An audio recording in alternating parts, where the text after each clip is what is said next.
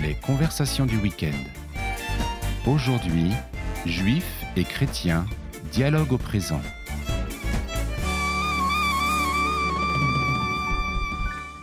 Bonjour à toutes et à tous, nous sommes très heureux de vous retrouver aujourd'hui sur KTO Radio pour un nouveau dialogue au présent entre juifs et chrétiens, notre émission de dialogue fraternel qui nous aide à mieux nous connaître et nous estimer avec nos frères juifs. Le père Christophe Lesourd, directeur du service national pour les relations avec le judaïsme à la Conférence des évêques de France, reçoit chaque mois un nouvel invité. Bonjour père Christophe. Bonjour Flore. Bienvenue sur KTO Radio. Qui avez-vous invité ce mois-ci et de quoi allons-nous parler ? Alors aujourd'hui, nous avons la grande joie d'accueillir le rabbin Rivon Krigier. Bonjour Rivon. Merci de m'accueillir. Voilà.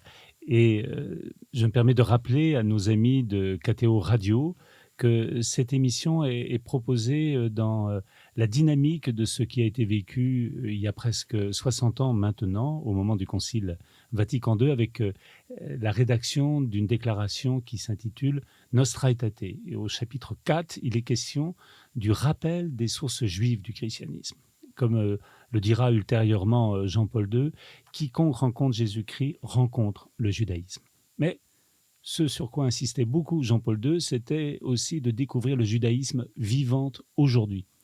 Et c'est la raison pour laquelle, et nous remercions infiniment KTO Radio, que cette émission existe et permet justement d'aller à la rencontre de nos frères juifs. Alors, cher Rivon, tout d'abord, tu es jusqu'à ces tout derniers jours responsable de la communauté d'Adat Shalom, une communauté massortie. Peux-tu nous expliquer en quoi consiste ce courant ? Oui, alors je n'ai pas démissionné. En réalité, je vais changer de fonction, je vais me faire une nouvelle orientation. Le mouvement massorti est un des grands courants du judaïsme, avec ce qu'on appelle l'orthodoxie, qui est on va dire, de tendance plus rigoriste, et le monde réformiste ou libéral. Voilà, donc on essaye de naviguer entre les eaux. Alors, peux-tu nous expliquer quel a été ton parcours quand, à un moment donné, on ressent l'appel à servir une communauté, comment procède-t-on ? Quels sont les contacts et quels sont les lieux de formation ? Ça dépend un petit peu des obédiences. En ce qui concerne mon mouvement, il y a un séminaire rabbinique qui est, on va dire, largement académique. C'est une sorte d'université du judaïsme. Le parcours minimal, c'est de 4 ans de formation. Et en général, il faut déjà avoir un diplôme universitaire pour pouvoir, et en principe, dans le domaine du judaïsme, pour pouvoir postuler. Donc c'est une formation très large qui touche tous les domaines du judaïsme. Le judaïsme, c'est la liturgie, c'est le Talmud, c'est la tradition rabbinique. Et dans les séminaires modernes, c'est aussi le dialogue des cultures et des religions. Voilà, donc ça explique aussi en partie mon parcours, même si j'ai choisi évidemment ce séminaire en raison de son ouverture. Et s'agissant du parcours universitaire précédent, est-ce que tu peux nous dire en quoi il a consisté pour toi ? Oui, alors par ailleurs, j'ai fait des études à l'université hébraïque de Jérusalem. J'ai vécu 14 ans en Israël, donc je connais bien la réalité là-bas sur place. Et puis j'ai prolongé en France quand je suis arrivé et j'ai fait un doctorat à la Sorbonne en sciences des religions. Donc j'ai une double casquette, si je peux dire, à la fois engagé sur un plan religieux et sur le plan universitaire. Je suis très très passionné par la découverte et la rencontre justement que permet l'ouverture universitaire avec les religions et les cultures. Alors tu as été de ceux qui ont fondé la communauté, la synagogue Adat Shalom. Et est-ce que tu peux nous dire comment on crée une communauté, comment ça se passe ? Et puis, dans un deuxième temps, quels sont les grands moments que tu as pu vivre avec ta communauté depuis ton mandat ? Oui, alors c'est une longue histoire, c'est parce que ça fait plus d'une trentaine d'années que cette communauté a été fondée. Je crois que pour fonder une communauté, il faut être un peu fou et surtout ne pas s'inquiéter de l'avenir. Voilà, il faut se jeter à l'eau, comme on dit. Il y a un célèbre midrash qui raconte que quand les enfants les enfants d'Israël se trouvaient devant la mer Rouge. Ils étaient paralysés, l'armée égyptienne fondait sur eux.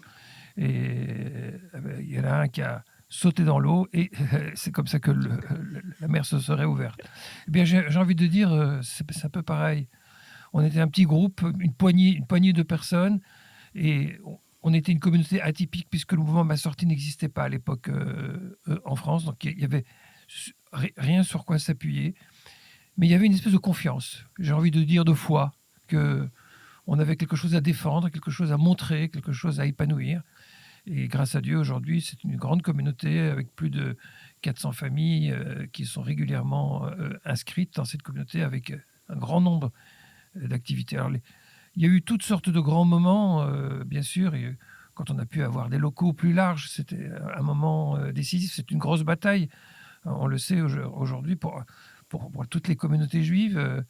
Et puis, il y a eu aussi des moments très forts de rencontres, d'événements de tout ordre, des colloques, des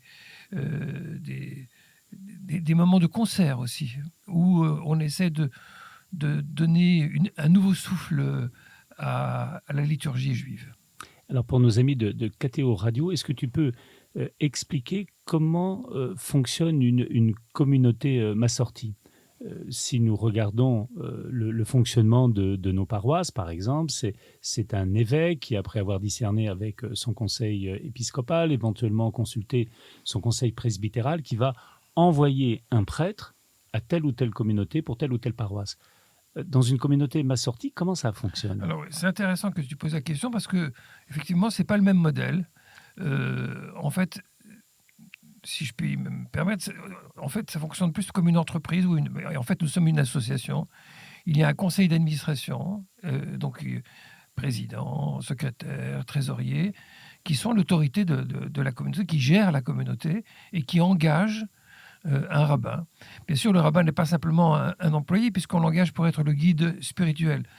Il y a un des membres de ma communauté qui m'a un jour dit, j'ai bien aimé ça, il essaie de nous expliquer comment on fonctionne, parce qu'on a besoin parfois d'établir les choses clairement pour savoir qui commande le bateau. Alors il a dit, c'est comme une maison de couture. Voilà, il y a une maison de couture, mais on engage quelqu'un qui est l'artiste. Et on compte sur lui pour développer la maison de couture. Alors, si ça ne marche pas, on lui dit, on le remercie. Et si ça marche bien, tout le monde est content. Donc c'est bicéphale, et je trouve que c'est très sain comme situation, parce que il y a une espèce de contrôle mutuel. Le rabbin ne peut pas faire n'importe quoi. Je trouve que c'est très important qu'il soit en lien et à l'écoute de sa communauté et quelque part qu'il en dépende. Voilà. Et puis la communauté, elle, est à l'écoute de son rabbin puisqu'elle l'a engagé justement pour pouvoir recevoir la parole de Dieu, même si lui-même, il n'a pas cette prétention, mais de donner à entendre ce que disent les textes, ce que dit la tradition, et d'essayer d'insuffler le souffle de la vie juive. Alors, cette communauté a sa synagogue tout près du métro Duplex, voilà. Oui. Et dans le fonctionnement habituel des offices, donc, qui prend la parole, qui intervient ? Alors là aussi, c'est vrai que c'est peut-être différent de nos amis chrétiens. Il n'y a pas de césure très nette entre, on va dire, l'ecclésiastique et le profane. Tout individu qui est une personne honorable de la communauté peut diriger l'office, peut diriger les prières. À la limite, le rabbin peut rester sur le côté et regarder ce qui se passe. En fait, sa fonction, c'est d'être un maître. Donc, il est là pour donner des instructions lorsqu'on en a besoin. Évidemment, on compte un peu plus sur lui pour toutes sortes de choses. Donc souvent, il prend la parole, il enseigne, il dirige des parties de l'office, mais c'est un accompagnateur et quelqu'un qui est là pour inspirer la communauté. Ce n'est pas une fonction qui garde jalousement, en somme, la prérogative du culte. Alors, tu l'expliquais, cette communauté, tu l'as fondée avec quelques-uns il y a 30 ans, et il y a eu un événement important récent, c'est-à-dire une sorte de passation en termes de responsabilité. Est-ce que tu peux nous dire comment ça s'est passé et comment il y a le discernement pour le successeur ? Alors, c'est un moment effectivement important de ma communauté. Donc, moi, je suis arrivé à l'âge de la retraite et ma communauté a décidé de ne pas attendre que le rabbin commence à se décomposer pour prendre le taureau par les cornes, de dire il faut qu'il y ait un leadership jeune. Ça, je pense que c'est très important. C'est un enjeu qui nous touche tous, je pense. C'est qu'il y a une manière de parler, une manière de rentrer en contact. Nous avons tous, aujourd'hui, dans les associations et dans les églises ou les synagogues, la difficulté à renouer avec le public jeune et lui donner la possibilité de prendre sa place. Alors, voilà, on a engagé un jeune rabbin. Donc, moi, je ne suis pas exclu, je vais simplement remplir d'autres fonctions. Mais ça s'est fait en très bonne intelligence pendant 3 ans. Il était le rabbin en second. Donc, il a pu m'accompagner, il a pu voir comment je fonctionnais, il a pu s'inspirer lui-même. Et puis, maintenant, il a les rênes en main. Et c'est à lui à décider, avec la communauté, l'orientation qu'il va vouloir donner pour que, justement, cette communauté continue à être vivante et qu'elle puisse diffuser et produire la culture pour laquelle elle existe. Donc c'est très intéressant de voir en termes de procédure. Par exemple, c'est extrêmement différent de ce qui se vit dans les communautés catholiques. Donc un tuilage de 3 années, oui. Après un temps de discernement. Et alors, quel va être ton positionnement par rapport à la communauté Hadat Shalom ? Est-ce que tu vas rester dans cette communauté ? Quelle sera ta place ? Et puis, deuxième question connexe, quelles seront tes prochaines activités ? Alors oui, je reste dans ma communauté, je reste rabbin de la communauté, mais...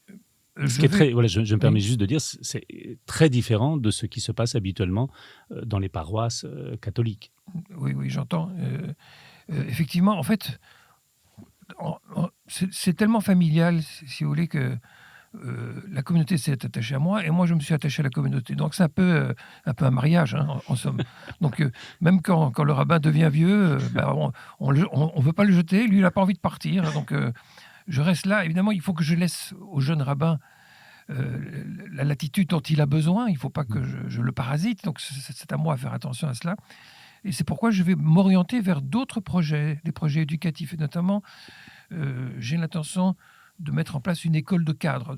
Parce que la formation, c'est quelque chose de vital, de capital pour la continuité. Quand je dis former, c'est former tout le monde. C'est-à-dire les éducateurs, former de futurs rabbins, former des personnes pour qu'elles soient aptes à diriger des offices, pour qu'elles soient aptes à comprendre comment on étudie une page de Talmud. Donc c'est vraiment une école de cadre au sens large du terme, et qui ne concernera pas étroitement ma communauté, mais l'ensemble du mouvement m'a sorti des communautés affiliées, et d'ailleurs aussi, pourquoi pas, à toute personne qui veut s'investir dans le judaïsme. On n'est pas étroitement lié à un courant. Moi-même, j'ai l'occasion d'enseigner de temps en temps, par exemple, à l'université de Loyola, donc de l'école des jésuites. Il n'y a pas que des jésuites qui enseignent, il n'y a pas que des jésuites qui y vont. C'est un peu l'état d'esprit, quoi. Et quels seraient les axes de cette école des cadres ? Ce sur quoi tu voudrais mettre davantage l'accent ? Alors, principalement, l'autonomie. Je pense qu'aujourd'hui, en religion, il faut à la fois être très humble et s'imprégner de la tradition, mais aussi développer un sens critique. Apprendre à mettre les textes en perspective. Là, il y a un grand enjeu aujourd'hui de veiller à ce que les traditions, et la tradition juive en particulier, ne s'enferment pas dans quelque chose de trop ferme, de trop replié sur soi. Du reste, cet aspect-là, on va le développer dans la deuxième partie de notre émission à partir de ton très remarquable livre « Fondamentalisme et humanisme dans le judaïsme ». Oui, donc en fait, je crois que l'enjeu éducatif, c'est de donner des outils. On ne peut pas enseigner toutes les matières, c'est trop énorme. Ce qu'il faut, c'est permettre à quelqu'un d'apprendre à nager.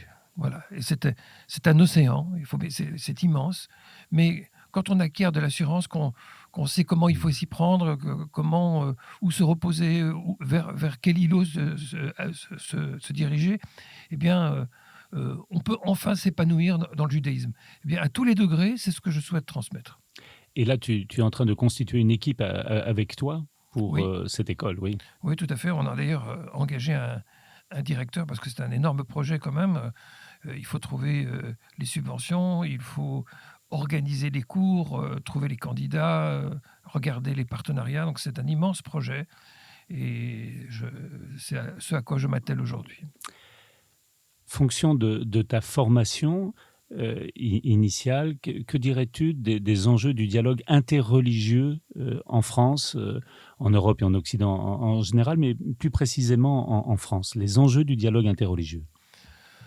Je crois que c'est tout simplement un enjeu capital. Je veux essayer de mesurer mes mots, un enjeu de civilisation. Je veux dire, il y a partout un repli identitaire ou ultranationaliste ou sur des formes fondamentalistes de la religion. C'est extrêmement dangereux et c'est extrêmement préjudiciable. On a vu à quel point le sang a coulé tout au long de l'histoire. Il faut créer des voies de dialogue, mieux se connaître, mieux se comprendre et découvrir l'émotion incroyable qui est tout simplement qu'en tant qu'être humain, nous partageons des aspirations fondamentales. On a beau avoir aussi nos différences, mais ces différences apparaissent comme des richesses plutôt que comme des obstacles ou des valeurs en concurrence les unes avec les autres. C'est l'enjeu de convergence. C'est créer le sens de l'humain au sens universel. On est vraiment, je veux dire, dans un projet messianique. Le projet de monothéiste d'un Dieu pour tous les hommes dans la pluralité. Alors, c'est vraiment ça qui me tient à cœur. Et tu le développeras à l'intérieur de ton école des cadres? Pour moi, c'est quelque chose qui est absolument essentiel. Et je compte bien que dans le programme, il y ait un cours sur le dialogue interreligieux. Nous allons maintenant marquer une petite pause et écouter un chant liturgique que vous avez choisi, Rivonne Krigier. Peut-être que vous voulez nous en dire un mot. Oui, alors c'est un chant de ma communauté et c'est moi-même et un compagnon de chant. Très bien, merci beaucoup. A tout de suite, on retrouve le père Christophe Le Sourd et son invité, le rabbin Rivonne Krigier, juste après la musique.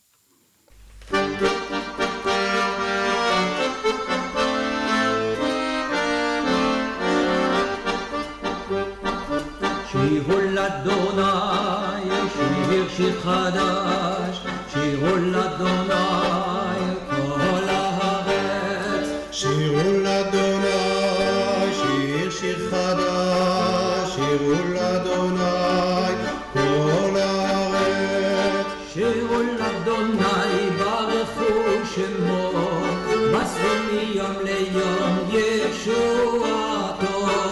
שירו לאדוני, ברכו שמו, מסרו מיום ליום ישועתו. שירו לאדוני, שיר חדש, מסרו מיום ליום כל הארץ. שירו לאדוני, שיר חדש, מסרו מיום ליום כל הארץ. שירו לאדוני, ברכו שמו, מסרו מיום ליום ישועתו. שירו לאדוני, ברכו שמו, מסרו מיום ליום ישועתו.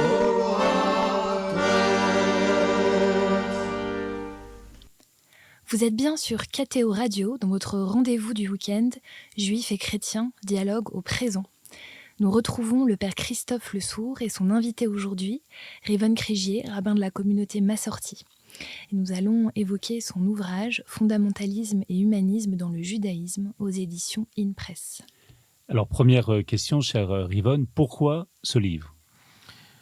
Ce livre, parce que, comme je l'ai dit tout à l'heure, nous vivons un temps de repli identitaire et à l'intérieur de l'ensemble des traditions religieuses, on trouve toujours une espèce de tiraillement, un peu comme en politique, il y a toujours une gauche et toujours une droite.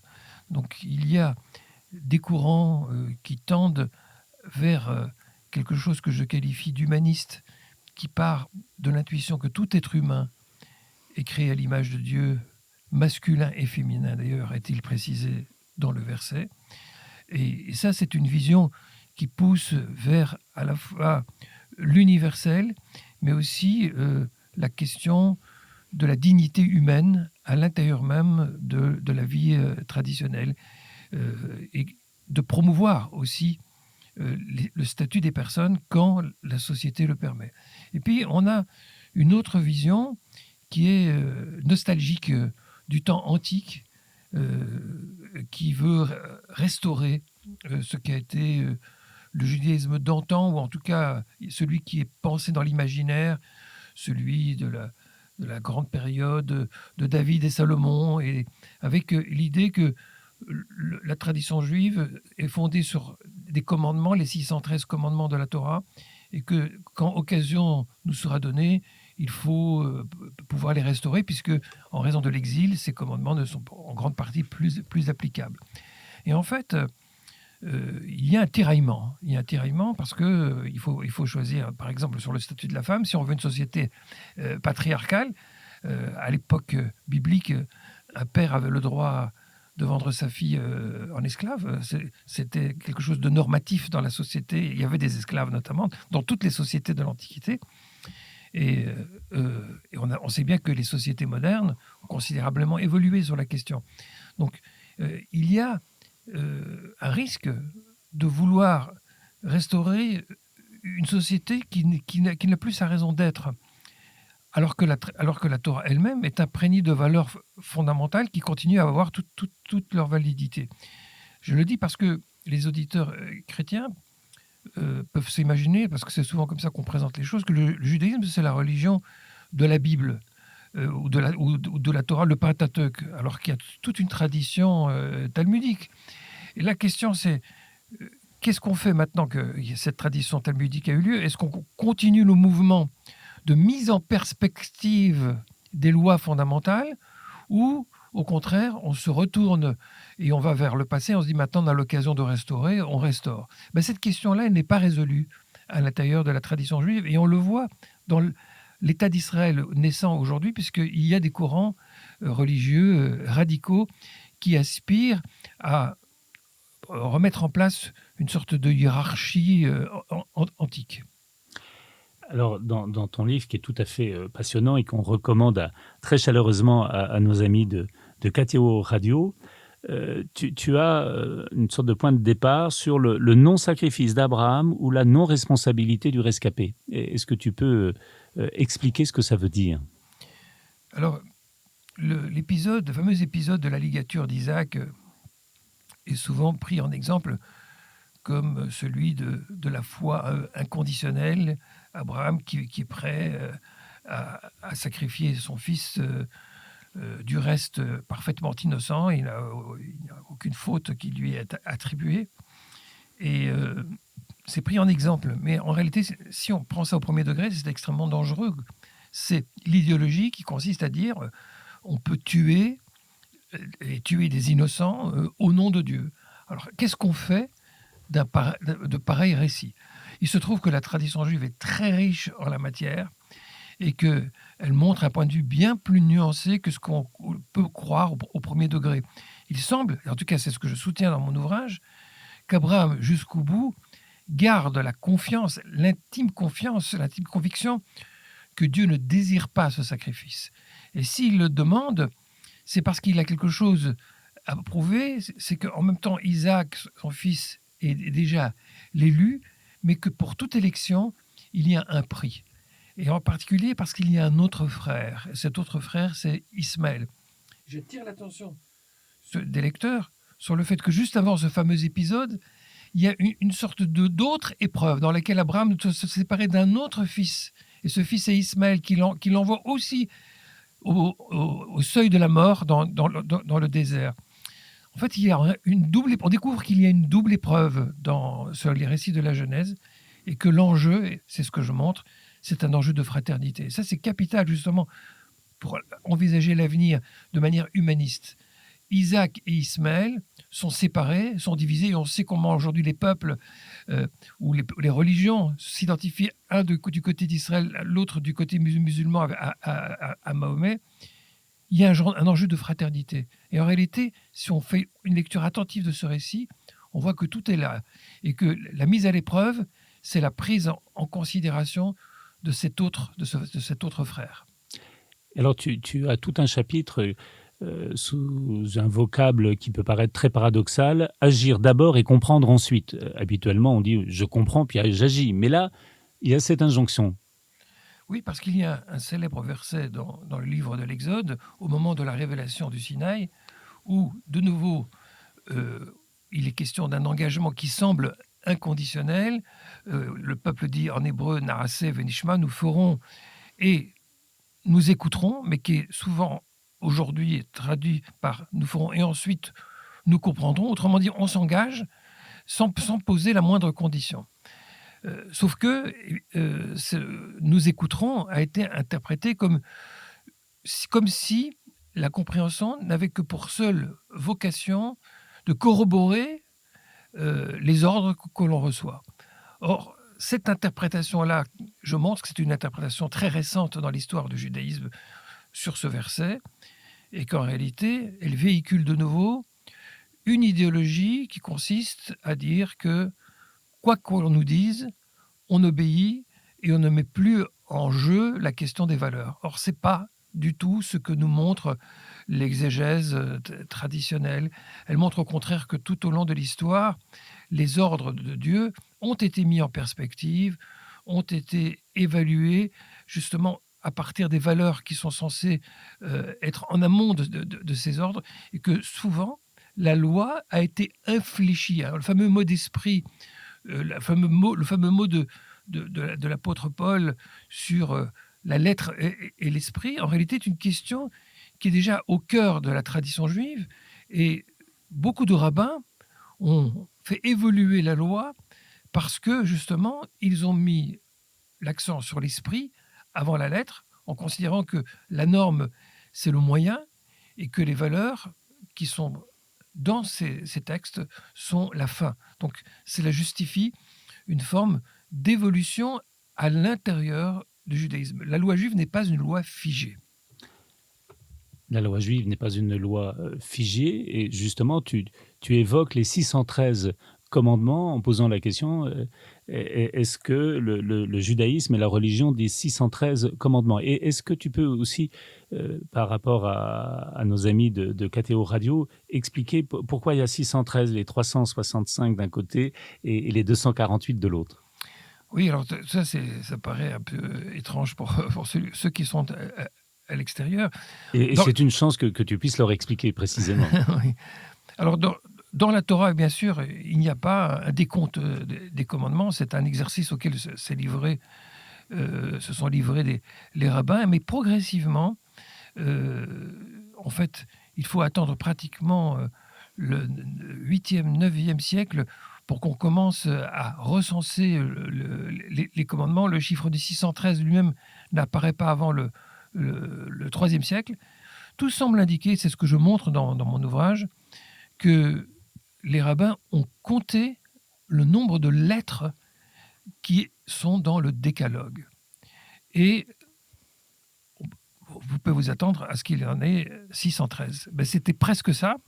Il y en a 620, mais les rabbins ont conclu que dans ce décalogue, il faut prendre en compte les ordres, les commandements qui avaient déjà été donnés à Noé précédemment et qui, selon une autre tradition, sont au nombre de 7. Donc vous faites le décompte, 620 moins 7, ça fait 613 commandements qui sont spécifiques à la tradition juive. Donc au départ, c'est quelque chose qui est d'ordre purement symbolique, de dire que le décalogue, c'est en somme la matrice de l'ensemble des injonctions et des interdictions de la tradition juive. Mais au Moyen-Âge, et ce n'est pas seulement du côté juif, du côté chrétien, du côté musulman, on a tendance à essayer de codifier, à essayer de tout mettre à plat en définissant toutes les croyances et aussi les ordonnances qui sont propres à chacune des religions. Et dans cet effort-là, il y a une espèce de verrouillage qui se met en place, notamment par la plus grande figure du judaïsme qui est Maïmonide au XIIe siècle. Alors c'est un géant et il est aussi d'ailleurs paradoxalement le père de la modernité parce que c'est lui qui a mis au cœur l'idée qu'en amont de la loi, il y a des valeurs fondamentales. Donc de ce point de vue-là, il est le père de l'humanisme juif. Mais comme il l'a fait avec d'autres penseurs au Moyen-Âge, il a créé un code bien verrouillé en disant c'est ça le judaïsme et on n'ira pas au-delà, c'est le programme.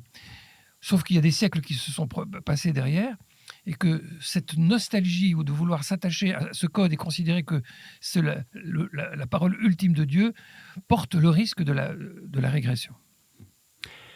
Alors tout à l'heure, tu as fait allusion aux 7 commandements liés à Noé, le Noaïs. Est-ce que tu peux nous dire ce que cela signifie et en quoi c'est une ouverture à l'universalisme? Alors je crois que c'est un des tout grands apports de la tradition juive. Je ne connais pas, mais peut-être que je n'ai pas encore découvert d'équivalent aussi net. Il y en a, mais pas aussi net, qui consiste à dire que il n'est pas obligatoire, du point de vue du judaïsme, de se convertir au judaïsme pour s'accomplir sur un plan personnel, spirituel, et pour avoir droit à la félicité, au monde à venir. Tout individu, quelle que soit sa spiritualité, qui respecte un certain nombre de lois fondamentales, qui sont essentiellement des lois éthiques, de respect de la dignité des personnes, cette personne-là peut être reconnue comme juste parmi les nations. C'est même l'expression du Talmud. Et à partir de là, avoir droit, comme tout juif, à cette reconnaissance de dignité et de félicité. Voilà. Sauf que je montre aussi dans mon livre que ce n'est pas toujours aussi simple néanmoins, que certains courants ont voulu un petit peu atténuer la puissance de cet enseignement en disant à condition toutefois que ces personnes reconnaissent que ces commandements ont été révélés par Moïse et dès lors on retombe un petit peu dans la conviction que ces commandements sont une forme d'allégeance indirecte à l'autorité de la tradition juive. Donc ça, c'est un aspect qui mérite d'être discuté et que je mets en perspective justement dans l'ouvrage et je montre qu'il y a des approches diverses sur la question. Autre point très important que tu as esquissé, c'est la place de la femme. Alors ça, c'est un enjeu pour nous tous aujourd'hui. On a oublié qu'au XIXe siècle, en plein milieu du XIXe siècle encore, la France acceptait l'esclavage. Et il y a eu tout ce phénomène d'abolition et finalement de droit civil qui s'est prolongé jusqu'au XXe siècle. On sait ce qui s'est passé aux États-Unis. Aujourd'hui, pour bien d'entre nous, j'espère, c'est maintenant une évidence que l'esclavage est quelque chose d'absolument inacceptable, alors que ça a été accepté pendant toute l'histoire de l'humanité, dans quasi toutes les civilisations. Eh bien, au XXe siècle, il s'est passé une autre révolution importante, c'est l'émancipation de la femme, et on n'en a pas terminé. On n'a pas encore complètement enregistré la signification de cette révolution et de ses implications, notamment dans le domaine religieux. Dans le domaine religieux, on a tendance à être très conservateur. On a peur de tout ce qui est moderne, de tout ce qui bouscule l'ordre établi. Mais c'est un enjeu spirituel de permettre aux femmes de s'épanouir, de s'affirmer et de prendre pleinement leur place au sein de la vie religieuse. Donc je suis personnellement lié à un courant du judaïsme, mais ce n'est pas le seul, qui promeut le statut de la femme et qui considère que sans faire de wokisme, sans faire d'effacement identitaire entre le masculin et le féminin, il y a une richesse là-dedans, mais c'est important de permettre aux femmes de s'affirmer et sur un plan intellectuel et sur un plan spirituel et de donner justement leur part de féminité à notre tradition. Peut-être qu'on aurait de très heureuses surprises. Je dis peut-être, mais avec la conviction. Alors pour nos amis de KTO Radio, tu vas pouvoir répondre à une question tout à fait fondamentale, c'est tu interroges, croire est-il comment dire, un commandement? Quel est le sens de la question que tu poses? Oui, la question, où le sujet paraît presque surréaliste, mais c'est très typique d'une tradition religieuse qui s'est en grande partie fondée sur la loi. Il y a des modernes qui sont allés jusqu'à dire que croire en Dieu était un commandement. Et ils se fondent sur Maïmonide, de nouveau le grand et fameux Maïmonide du XIIe siècle, qui l'a posé dans son système de loi. Sauf que, quand on y réfléchit, on se rend compte qu'il y a là une espèce d'erreur de logique, d'illogisme. Parce que, qu'est-ce que ça veut dire, un commandement de croire en Dieu? Qui commande? C'est Dieu. Alors, c'est Dieu qui commande de croire en lui? Oui, c'est un serpent qui se mord la queue. Beaucoup de penseurs juifs s'en sont aperçus, évidemment, pendant le Moyen-Âge, et ont contesté à Maïmonide cette idée qu'il pouvait y avoir un commandement de croire. Maïmonide lui-même n'était pas du tout un idiot. C'était à l'âge de 15-16 ans, il a écrit un ouvrage de logique. Donc, pour vous dire, il savait très bien ce qu'il faisait. Il a simplement voulu montrer qu'il y avait une espèce de postulat de base, la croyance en Dieu. Et pour ceux qui n'étaient pas capables, selon lui, d'arriver par leurs propres ressources à la croyance, il a posé ça comme un commandement. Mais aujourd'hui, revenir là-dessus, c'est de nouveau rentrer dans une idéologie de type autoritaire, où le dernier mot, c'est la loi. La loi comme l'alpha et l'oméga. Et je montre dans mon ouvrage que c'est une vision stéréotypée, que ce n'est pas ce que disent la plupart des rabbins. Merci beaucoup pour cet échange passionnant. Nous allons marquer notre deuxième pause musicale avec un autre chant choisi par Yvonne Crigier, Kol Penu Elai, de Shlomo Carlebach, un rabbin chantant. Est-ce que vous voulez nous dire aussi en quoi ce chant vous inspire? Dans les années 60 et surtout 70, j'ai eu l'occasion de le rencontrer. Il m'a beaucoup, beaucoup inspiré. Il a réveillé mon âme. Et jusqu'à aujourd'hui, il m'accompagne et il m'a accompagné dans le chant liturgique de ma synagogue. Merci, on écoute. Kol penu elai, kol penu elai, kol penu elai, vehi vashu. Kol penu elai, kol penu elai, kol penu elai, vehi vashu. Kol penu elai, kol penu elai, kol penu elai, vehi vashu. Kol penu elai, kol penu elai, kol penu elai, vehi vashu. Kol penu elai, kol penu elai, kol penu elai, vehi vashu. Kol penu elai, kol penu elai, kol penu elai, vehi vashu.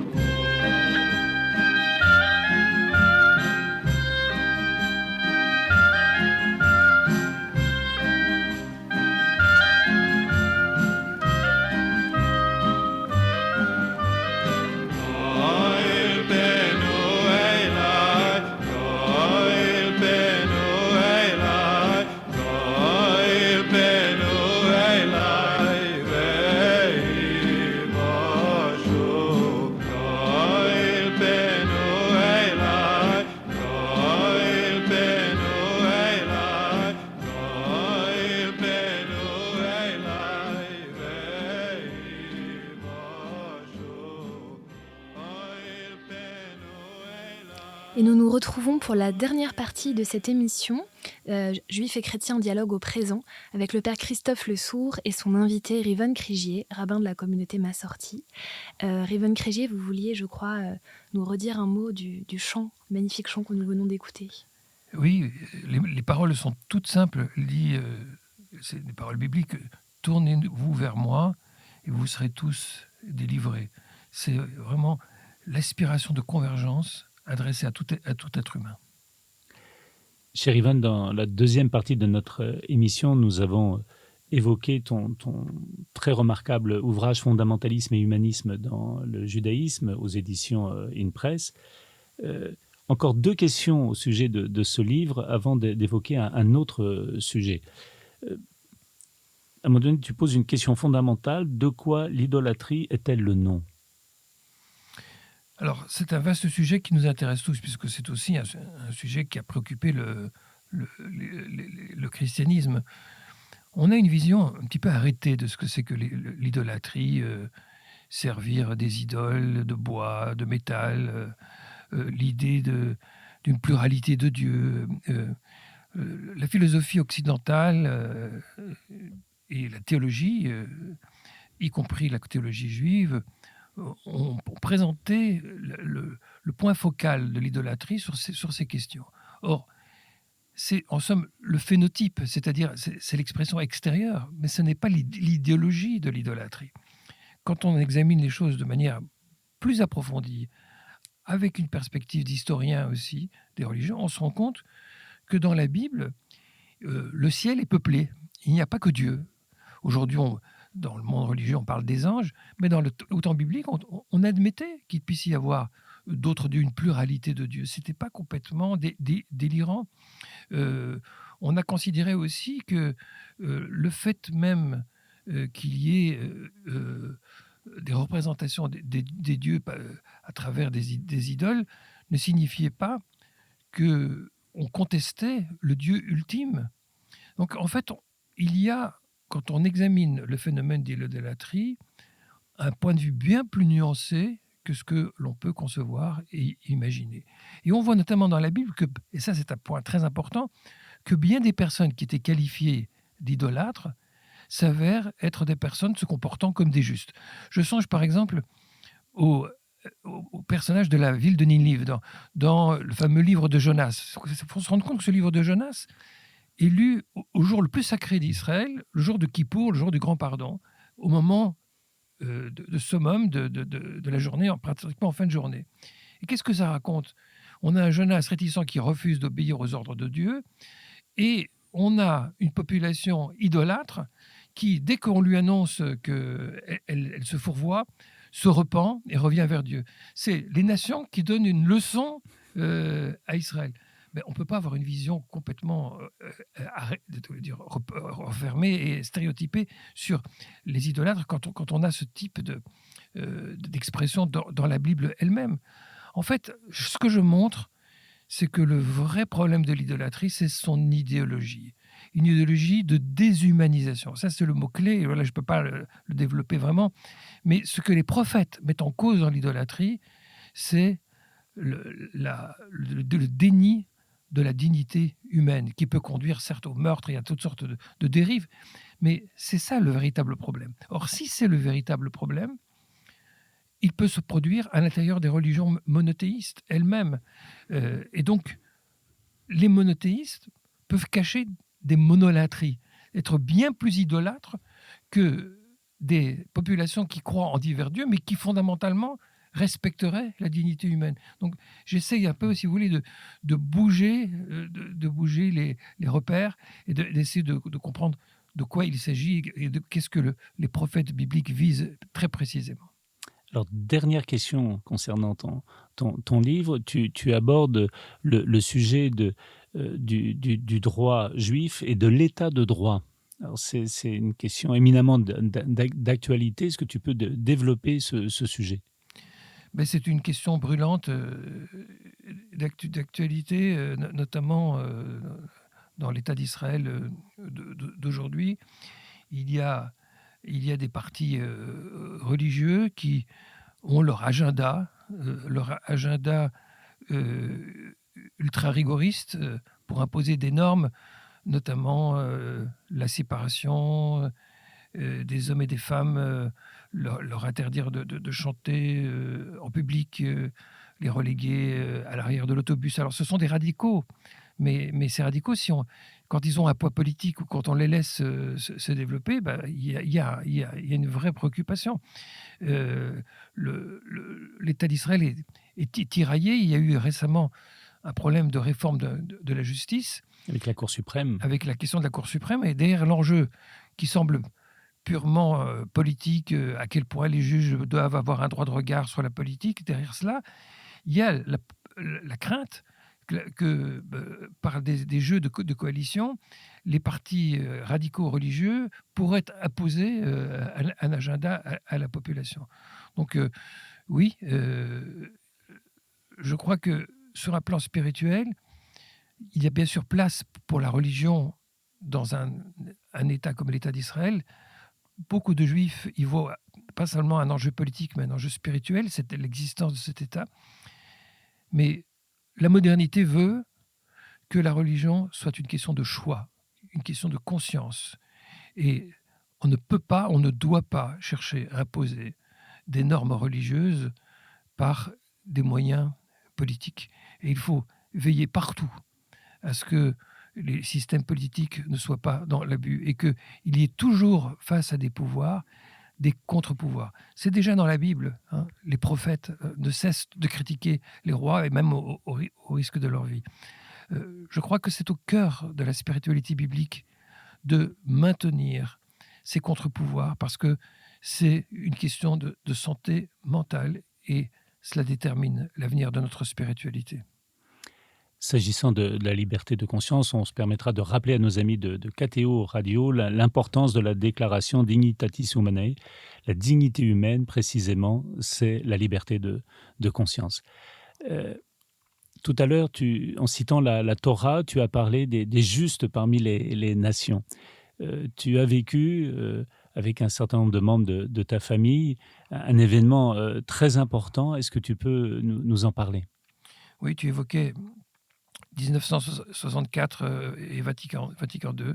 En 1964, le père Bruno faisait ses premiers pas en Israël à l'Institut Yad Vashem pour recevoir la reconnaissance de juste parmi les nations.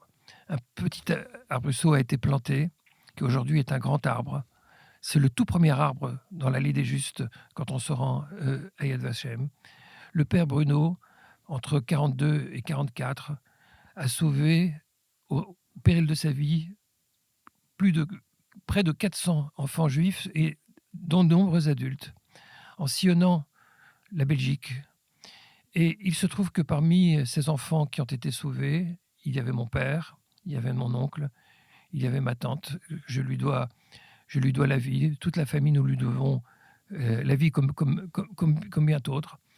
Et c'est lors d'une rencontre interreligieuse, par le plus grand des hasards, en évoquant mon histoire et la mémoire du père Bruno, que quelqu'un se levait dans la salle. C'était un moine de Chevetogne, du sud de la Belgique. Il dit « Mais le père Bruno, Reinherz, je sais qui c'est, il est enterré dans mon monastère. » Alors là, on était tous très, très émus et on a décidé qu'on ferait un pèlerinage ensemble, qu'on allait célébrer la fraternité entre juifs et chrétiens autour de sa tombe. Et c'est vraiment un symbole de lien très fort que de se réunir autour d'un juste qui a jeté les ponts sans idéologie, sans grand discours, tout simplement en ouvrant son cœur, en étant sensible à l'injustice et qui a permis de sauver tant de vies. Et est-ce que tu peux, en quelques mots, nous dire quelle est la procédure pour que quelqu'un soit reconnu juste parmi les nations ? Et qui attribue, qui décerne cette distinction, si j'ose dire ? En fait, les familles, soit de rescapés, soit de personnes qui ont elles-mêmes eu dans leur famille quelqu'un qui a œuvré pour sauver des personnes juives pendant la Shoah, eh bien, ces personnes-là peuvent présenter un dossier à l'Institut Yad Vashem. On examine la situation sur la base d'archives et de témoignages. Et en fonction de cela, il y a des attributions et il y a quelques bonnes... un bon nombre. Aujourd'hui, je ne connais pas le nombre exact, mais certainement quelques centaines de personnes qui ont été reconnues comme justes parmi les nations par cet institut. Et c'est, du point de vue de la tradition juive, comme je l'évoquais tout à l'heure, un titre extrêmement honorifique, parce que c'est une façon de reconnaître que quelqu'un, sans avoir aucunement été converti ou s'être rapproché du judaïsme, s'est accompli comme être humain, tout simplement en étant sensible à l'injustice. Nous allons évoquer maintenant un autre point, toujours au sujet des justes parmi les nations, c'est comment on peut sensibiliser dans le contexte si compliqué, si difficile que nous vivons, susciter cette prise de conscience dans les jeunes générations, comment être juste aujourd'hui parmi nos contemporains, parmi les hommes et les femmes avec lesquels nous vivons. Je crois qu'il n'y a pas d'autre voie que celle qui consiste à se réunir et mettre sur la table un certain nombre de sujets et permettre aux jeunes eux-mêmes de s'exprimer. C'est-à-dire de ne pas venir avec un agenda fermé, mais d'être à leur écoute, de leur demander comment ils voient le monde, là où eux-mêmes repèrent des injustices, d'ouvrir le débat, d'ouvrir la discussion, et à ce moment-là, de montrer comment l'aspect spirituel peut les accompagner. Merci beaucoup à tous les deux, Rivonne Krigier et Père Christophe, pour ce dialogue fraternel que vous nous avez offert aujourd'hui. Je rappelle l'ouvrage de Rivonne Krigier, Fondamentalisme et humanisme dans le judaïsme, que vous nous avez donné très envie de lire, tous les deux. Et merci à toutes et à tous pour votre écoute. Nous nous retrouvons le mois prochain avec le Père Christophe Le Sourd et un nouvel invité représentant de la communauté juive pour mieux nous connaître, mieux nous estimer. Merci Père Christophe. Merci. Et merci à vous. À bientôt sur KTO Radio. Les conversations du week-end.